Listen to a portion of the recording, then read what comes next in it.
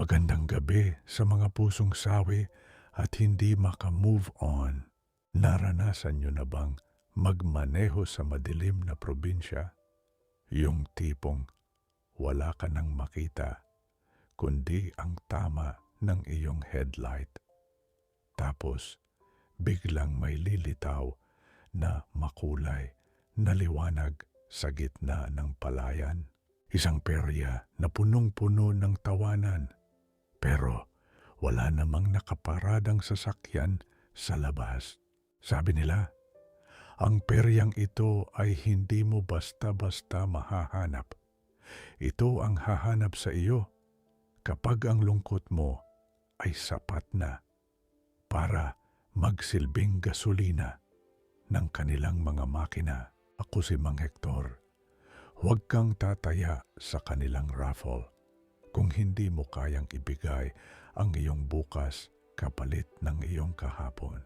Pakinggan mo ang kwento ng ang perya sa dulo ng highway. Si Ruben ay nagmamaneho pa uwi sa Pangasinan matapos ang anibersaryo ng pagkamatay ng kanyang asawang si Elena. Gabi na at ang tanging kasama niya ay ang bigat ng kanyang dibdib. Sa isang kurbada ng highway, biglang bumungad sa kanya ang libu-libong makukulay na bumbilya. Isang perya sa gitna ng kawalan. Perya de la Muerte ang nakasulat sa arko. Dahil sa pagod, huminto si Ruben. Isang lalaking nakamaskara ng kuneho ang nag-abot sa kanya ng tiket. Isang taya lang, sir, ang premyo, ang muling makita ang mahal mo sa buhay.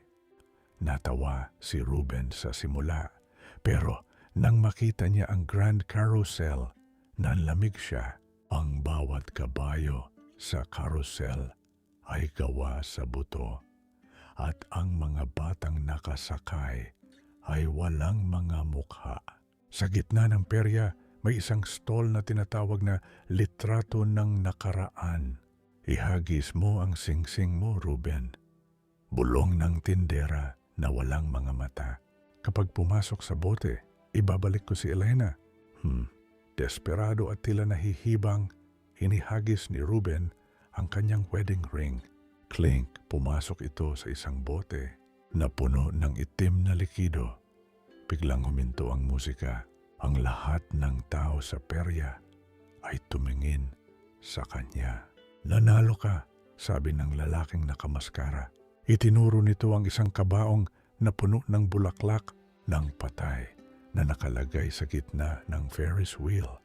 Dahan-dahang bumukas ang takip. Lumabas doon si Elena, suot ang damit na huling suot nito bago ang aksidente. Pero nang yakapin siya ni Ruben, hindi mainit na balat ang naramdaman niya. Ang katawan ni Elena ay gawa sa cotton candy at tuyong dayami. At ang mga mata nito ay gawa sa itim na butones. Salamat sa hininga mo, Ruben, bulong ni Elena. Pero ang boses ay parang boses ng libu-libong mga taong nakulong sa perya. Naramdaman ni Ruben na dahan-dahang nawawala ang kanyang boses. Ang kanyang balat ay nagiging makulay na papel. Tumingin siya sa kanyang kamay. Ito ay naging isang kahoy na kamay na pang-carousel.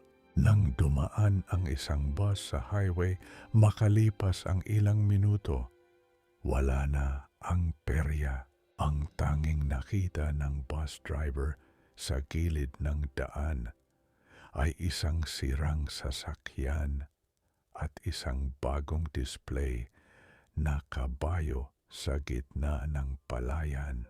Isang kabayong may suot na wedding ring sa kanyang paa.